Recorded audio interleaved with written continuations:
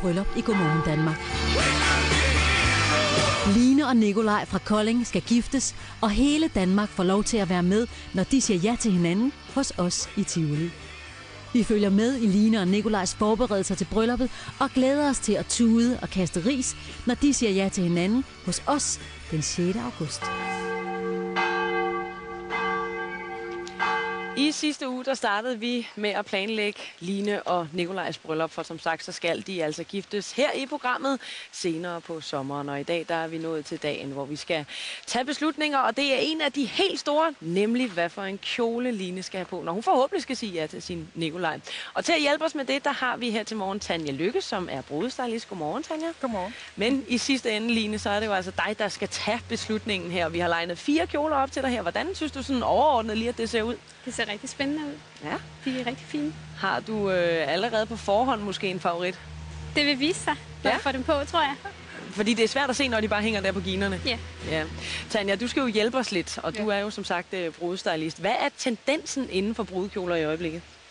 Ja, men altså tendenserne, de skifter jo faktisk hele tiden, kan man sige. Og der er ikke noget, der er for meget. Sådan har det været rimelig længe, vil jeg sige.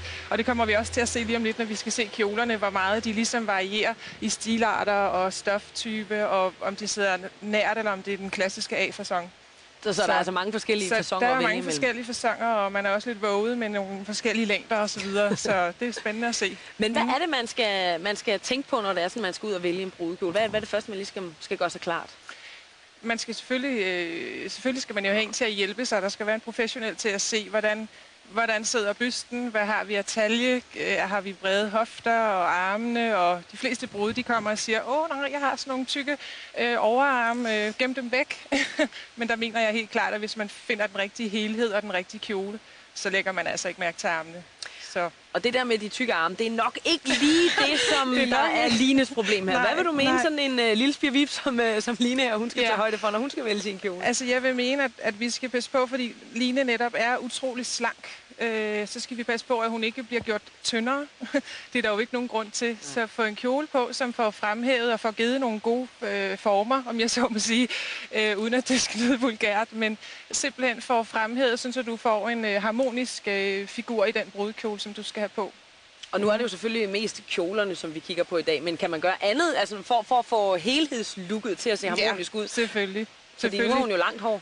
Ja, det er jo det. Altså, det er jo også mit métier, kan man sige, at lave både hår og makeup og kjolerne. Så klart nok, at det går jo med i helheden, hvornår det er perfekt. Og der er jo forskellige genrer i de her kjoler, som vi har valgt at tage med i dag, hvor man kan sige, at hvis hun vælger den kjole, så skal man køre den stil, hårstil. Og vælger hun, det kommer vi jo så til om lidt, kan man sige, ikke? Så skal jeg nok komme nærmere ind på det. Line, hvad har du selv gjort dig sådan af tanker, inden at du overhovedet så de her 4 kjoler her? Ved du sådan nogenlunde, hvad for en stil du vil gå efter? Nej, jeg synes, det er svært, når man ikke har prøvet det på. Jeg har før danset ballet, så jeg ved, at jeg kan blive grebet lidt af den der stemning med de store kjoler.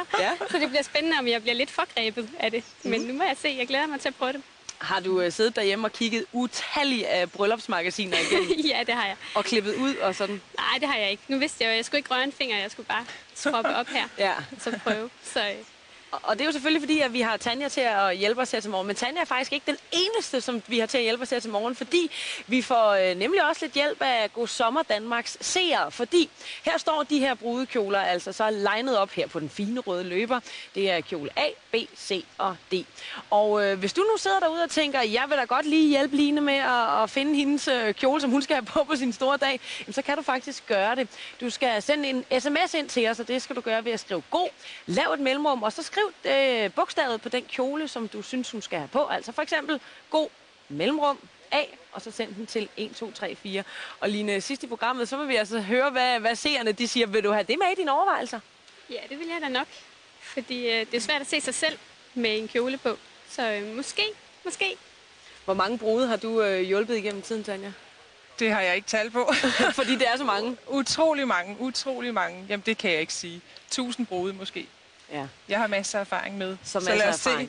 Jamen, det er jo noget med, at vi skal have dig i den første kjole, og lige så snart du har fået den på, jamen, så vender vi jo så tilbage, og så skal vi høre, hvad det er for en kjole, du har fået på. Så det er jo bare med at komme i gang. Og så